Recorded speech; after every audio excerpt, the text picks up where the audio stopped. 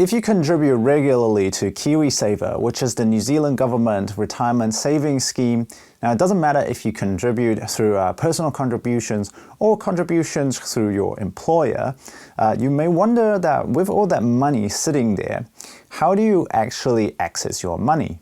In this video, we'll be talking about the 6 conditions you can have to withdraw your Kiwisaver, and if you're withdrawing for retirement, where to put your money after you withdraw it. The first condition is if you are buying your first home. The Kiwisaver can help you with your first home purchase by allowing you to do a first home withdrawal and a first home grant. In order to qualify, you will need to be with a Kiwisaver provider for at least 3 years, have not used the first home withdrawal in the past, and have not owned a home or land before, and you are buying a home in New Zealand and planning on living on the property that you are buying. You may withdraw everything apart from $1,000 from your Kiwisaver account. So for the first home grant, you may be eligible for up to $5,000 for an existing build and up to $10,000 for a new build. The second condition is if you permanently move to another country that's not Australia. So you can apply to withdraw your Kiwisaver if you have been overseas for over 1 year, but any government contributions that you have received will be returned to the government. The government contribution refers to the $521 that you can receive if you contributed at least twice that amount to your Kiwisaver before the 1st of July. If you move to Australia, you may apply to transfer your Kiwisaver to an Australian superannuation scheme. The third condition is if you are experiencing significant financial hardship. Now, example of this may include if you cannot meet the minimum living expenses or cannot pay the mortgage on the home that you live in, or if you need to pay medical bills or funeral costs, etc., etc. Now, generally, this is a fairly difficult application to carry out, and more often than not, the majority of people do not end up getting approved. The fourth condition is to use your Kiwisaver for health reasons. Now, you may be able to withdraw some or all of your Kiwisaver if you have an illness, injury, or disability that permanently affects your ability to work or poses a risk of death. Now, it could also be a life-shortening condition that lowers your life expectancy to less than the standard retirement age of 65. In these situations, you should provide medical evidence and apply to withdraw your Kiwisaver through your Kiwisaver provider. The fifth condition is if you face other extreme circumstances. So you may be able to use Kiwisaver funds to pay off your debts if you face bankruptcy. Now, because usually your funds in the Kiwisaver would be protected from your creditors when they're still in the fund. You may also be able to use Kiwisaver funds to pay tax from your foreign superannuation or foreign student loans. Again, this is a more rare situation.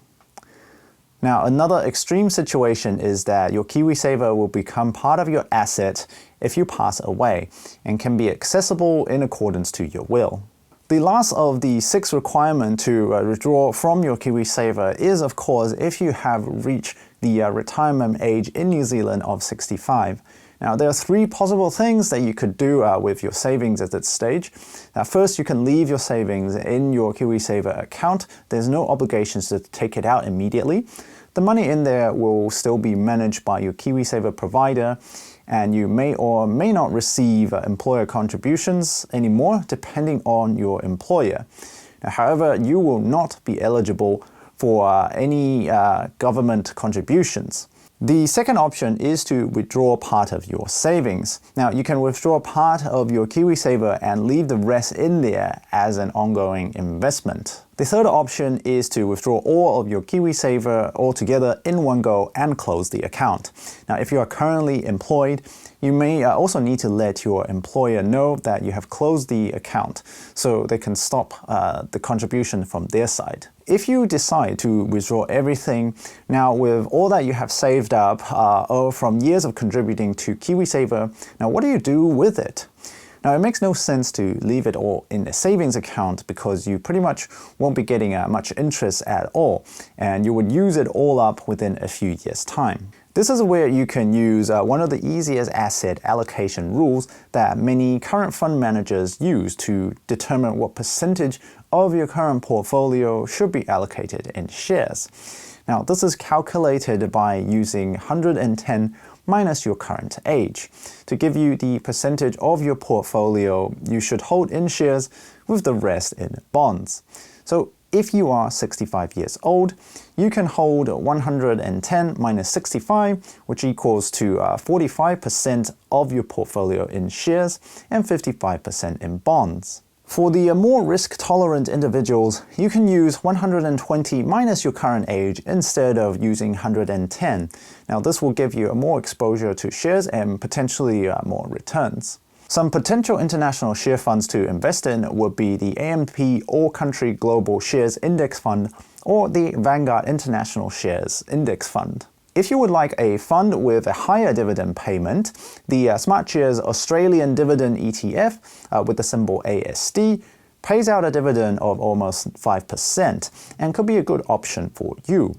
Now, in terms of a bond fund, the SmartShares Global Aggregate Bond Fund ETF with the symbol AGG could be a potential option. If you are looking for more information, I have a video talking about some of those ETFs and another video going over some of the best Vanguard ETFs that you can also check out as well. But be sure to consult your financial advisor to see what they have to say about your current situation. So I hope this has been useful to you, and I will see you next time.